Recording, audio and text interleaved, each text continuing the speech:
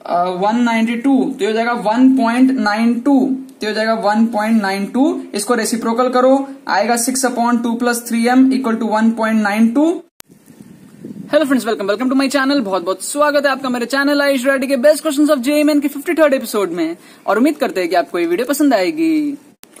तो देखो यार, यहाँ पर मैंने आपके सामने दो क्वेश्चन लिया है दोबारा से जेईई मेन 2019 का 9 जनवरी का सेकंड स्लॉट वाले पेपर में से एक क्वेश्चन है। यहाँ पर जो पहला क्वेश्चन है वो क्या है, 9 जनवरी सेकंड स्लॉट, और यहाँ पर जो दूसरा क्वेश्चन है हमारे पास में वो क्या है, 12 जनवरी फर्स्ट स्लॉट का पेपर है। ठीक है, तो देखते हैं क्वेश्चन हम लोग क्या सॉल्व करते हैं। यहाँ पर जो पहला क्वेश्चन है वो कह रहा है, rod of mass m and length 2l is suspended at its middle of a wire by a wire, it exhibits torsional, क्या है, टॉर्शनल ऑसिलेशंस हमारे पास में है। ठीक है, if two masses each of m are attached at distance l/2, ठीक है, two masses each of mass m are attached at distance l/2 from its centre. ठीक है, सेंटर से l/2 पे अगर अटैच किया जा रहा है तो जो रिड्यूस हो रहा है हमारे पास में ऑसिलेशन वो 20% से रिड्यूस हो जा रहा है। ऑसिलेशन फ्रीक्वेंसी रिड्यूस हो जा रही है 20% से। वैल्यू ऑफ m/m आपको बताना है क्लोज टू। ठीक है, सिंपल सा चीज है यार। देखो, फ्रीक्वेंसी जो होता है हमारे पास में, फ्रीक्वेंसी जो होता है, फ्रीक्वेंसी ऑफ टॉर्शनल ऑसिलेशन जो होता है हमारे पास में वो क्या होता है, ये आपको पता होना चाहिए, बाकी काम तो खत्म है। ये हमारे पास में होता है फ्रीक्वेंसी इक्वल टू k/√i। ठीक है, F = k/√i। अब कर लो यार, F1 इक्वल टू क्या होगा, F1 = k/√, पहले i कितना था, ml²/12, m l की जगह डालोगे 12 का स्क्वायर अपॉन 12। ठीक है, मोमेंट ऑफ इनर्शिया वगैरह आपको आना चाहिए अगर आप जेईई में जैसे एग्जाम देने जा रहे हो। तो अगर आपको उतना भी नहीं आता फिर तो भाई थोड़ी पढ़ाई करने की जरूरत है। उसी तरीके से आप क्या कर सकते हो, F2 लिख सकते हो। F2 क्या हो जाएगा, k/, इस बार मोमेंट ऑफ इनर्शिया चेंज हो जाएगा क्योंकि यहां पर हमने क्या किया, दो ठो मास स्मॉल m जोड़ दिए गए हैं l/2 डिस्टेंस पर, तो ये ml²/12 तो रहेगा ही सही। इसके साथ में हमारे पास में क्या आएगा, दो मासेस जोड़े हैं 2m l/2 डिस्टेंस पर स्क्वायर, ये हमारे पास में और एडअप हो जाएंगे मोमेंट ऑफ इनर्शिया के अंदर में। अब हमको बोल रहा है क्वेश्चन के अकॉर्डिंग टू क्वेश्चन। ठीक है, यहां पर क्या हमारे पास में जो F2 है वो क्या है, 20% कम हो गया, मतलब F2 is equal to 0.8 times F1। समझ में आया बात, F2 जो है वो क्या हो गया, 0.8 टाइम्स F1 हो गया, 20% कम हो गया।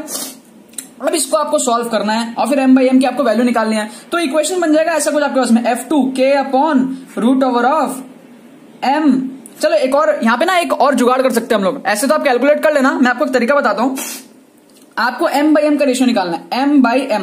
ठीक है, तो अगर आप कैपिटल M को 1 ले लो तो स्मॉल m का जो वैल्यू आएगा m/m का रेशियो वही होएगा ना। समझ में आ रहा है, small m by capital M। अगर आप नीचे वाले m को 1 ले लो तो ऊपर वाले स्मॉल m का जो वैल्यू आएगा वो basically small m by capital M आएगा। ठीक, तो हमने क्या करा, यहां पर 1 ले लिया, कैपिटल M को हमने 1 ले लिया।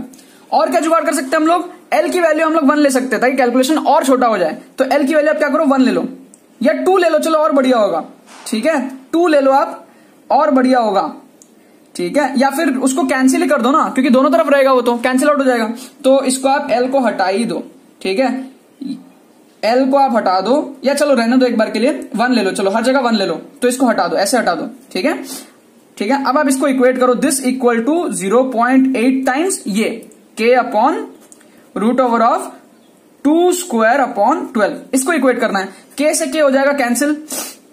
ठीक है, और हमको क्या करना है, सॉल्व करो इसको, ये आएगा आपका 4/12 मतलब 1/3 आ जाएगा, √1/3 नीचे, ये आएगा 1/3 यहां पर आएगा, और ये आएगा हमारे पास में /4 m/2, तो ये आ गया k/√1/3 plus m/2 equal to 0.8। अच्छा, k तो हम लोग हटा ही चुके हैं, 0.8 √1/3 ऐसा कुछ आ गया।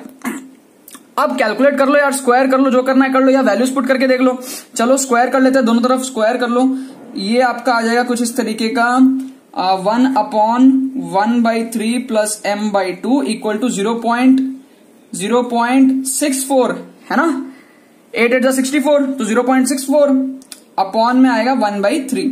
ठीक, अब इसको आपको सॉल्व करना है, इसको सॉल्व कर लो। यहां पर एलसीएम आएगा 6, 2 + 3m 1 this is equal to 0.64 into 3, 64 into 3 कितना होता है, 64 इंटू 3 192, तो हो जाएगा 1.92, तो हो जाएगा 1.92। इसको रेसिप्रोकल करो, आएगा 6/2 + 3m = 1.92।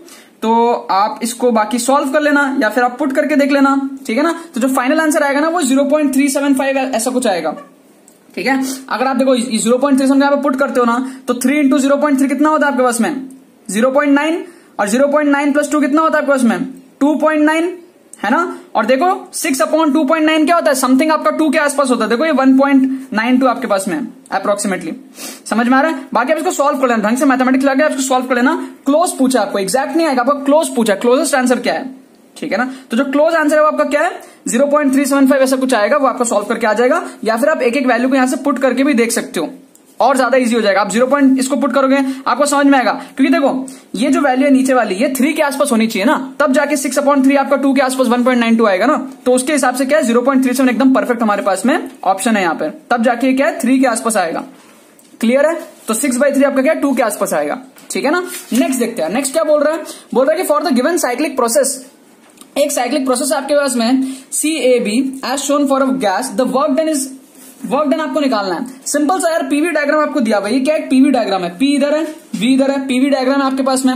वर्क डन बेसिकली क्या होता है पीवी डायग्राम में, अगर आपको क्या साइक्लिक डायग्राम है तो वर्क डन क्या होता है एरिया, ठीक है। तो एरिया निकाल लो, ये जो ट्राइंगल है इसका एरिया निकाल लो आप। ये लेंथ कितना है, ये 1 से कहां तक गया 1 से 5 तक गया, मतलब ये लेंथ कितना है 4 है, ये 4 यूनिट्स है। ये आपकी हाइट कितनी है ये देख लो कितना है 1 से 6 तक गया, मतलब कितना है 5 है। तो इसका एरिया कितना हो जाएगा half into base into height, implies half into base कितना है 5, हाइट कितना है 4, तो ये कितना हो गया 20/2, मतलब कि 10 जूल्स के आसपास क्या हो जाएगा आपका आंसर हो जाएगा।